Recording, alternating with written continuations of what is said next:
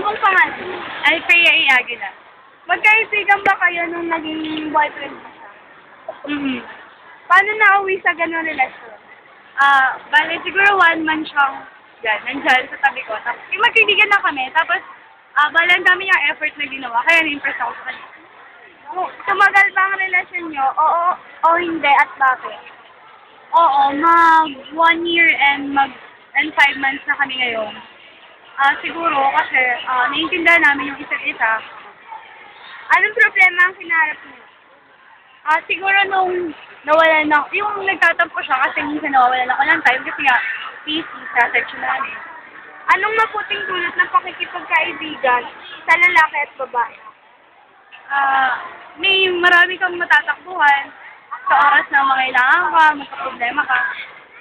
Ano naman ang hindi mabuting dulot ng pakikipagkaibigan sa lalaki?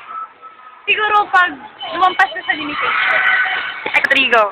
Ano ang may papayo mo sa magkaibigang babae at lalaki? Siguro, yun.